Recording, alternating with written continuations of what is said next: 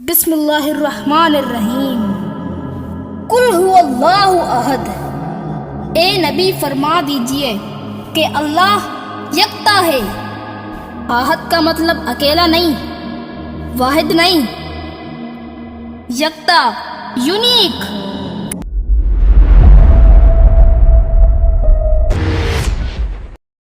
اس جیسا کوئی بھی نہیں۔ قل هو اللہ احد، اے نبی تم فرماؤ، اعلان کر دو، وہ اللہ، وہ یکتا ہے، اکیلا نہیں، یونیک، جس کی کوئی ایگزامپل نہیں۔ اکیلے تو اور بھی بہت ہیں، محمد الرسول اللہ بھی تو اکیلے ہیں نا، ایک ہی ہے نا جن کو امام کائنات بنایا گیا ہے۔ مقام شمات ایک ہی بندے کو دیا گیا نا، اکیلے تو وہ بھی ہے۔ حضرت عیسیٰ علیہ السلام اکیلے ہی ہے نا، حضرت آدم علیہ السلام بغیر باپ اور بغیر ماں کے پیدا ہونے والے اکیلے ہی ہیں نا۔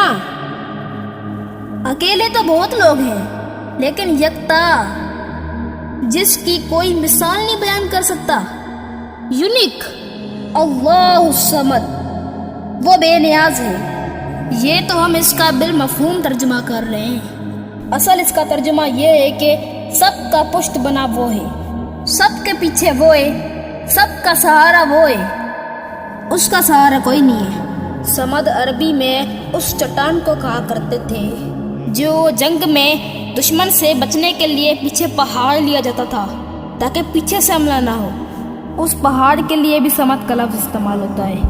اللہ الصمد، اللہ بے نیاز ہے۔ لم یلد ولم یولد، نہ اس نے کسی کو جنا اور نہ وہ کسی سے جنا گیا، یعنی اس کا بھی کوئی باپ نہیں ہے اور نہ وہ خود کسی کا باپ ہے۔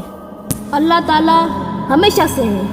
اگر یہ مان لیا جائے کہ ہر چیز کا کوئی خالق ہے تو خدا کا بھی کوئی خالق ہوگا، حالانکہ یہ ڈیفینیشن غلط ہے۔ خالق کی ڈیفینیشن یہی ہے کہ جس کا کوئی خالق نہ ہو۔ اگر اس کا کوئی خالق ہوا ہو اور وہ خالق نہ ہو تو وہ مخلوق ہوئی۔ اللہ مخلوق نہیں ہے، اللہ خالق ہے۔ کہ اگر یہ بات مان لی جائے کہ ہر چیز کا کوئی کریٹر ہے تو اللہ کا بھی کوئی کریٹر ہوگا، تو پھر جو اللہ کا کریٹر ہے اس کا بھی کوئی کریٹر ہوگا، اور پھر جو وہ کریٹر ہے اس کا بھی کوئی کریٹر ہوگا۔ تو کیا یہ ایکویشن کہیں پہ رک سکتی ہے؟ تو یہ تو ساری فالس اسٹیٹمنٹ ہو جائیں گی۔ جبکہ دوسری طرف ریئلٹی ہے کہ ہم موجود ہیں، مخلوق ہے، یہ ایک حقیقت ہے۔ اس حقیقت کو ریورس کرنے کے لیے اگر یہ مانا جائے کہ ہمارا کوئی کریٹر، اس کا بھی کوئی کریٹر، اس کا بھی کوئی کریٹر، تو دوسری طرف تو آپ حقیقت تک پہنچ ہی نہیں سکتے۔ انفینٹ ہے، دا وقت ہے کہ آپ کسی ایک کو ایسا نہ مان لیں کہ جس کا کوئی کریٹر نہ ہو، جہاں سے سب اسٹارٹ ہوئے ہوں۔ تو سر یہی تو ہے لم یلد ولم یولد۔ میتھمیٹیکل یہ اسٹیٹمنٹ اسی وقت درست ہوگی کہ کسی ایک کو ایسا ماننا پڑے جس کا کوئی کریٹر نہ ہو۔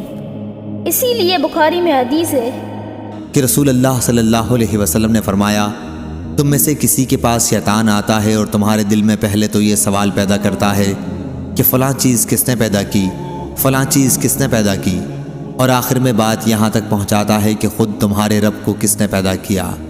جب کسی شخص کو شیطان ایسا وسوسہ ڈالے تو اسے اللہ سے پناہ مانگنی چاہیے، شیطانی خیال کو چھوڑ دے۔ صحیح بخاری حدیث نمبر 3276۔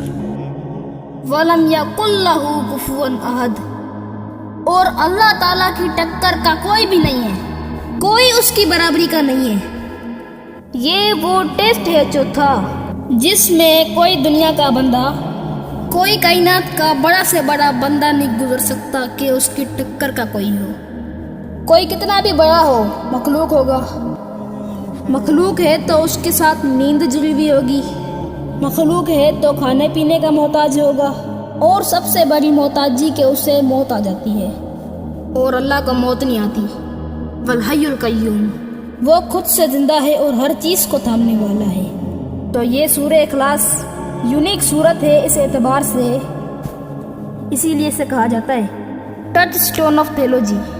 توحید کی کسوٹی ہے کہ اللہ یکتا ہے، وہ بے نیاز ہے، سب اس پہ ڈیپینڈنٹ ہے، وہ کسی پہ ڈیپینڈنٹ نہیں، اور نہ وہ کسی سے جنا گیا نہ اس نے کسی کو جنا۔ اور اس کے ٹکر کا، اس کی ہمسری کا کوئی نہیں۔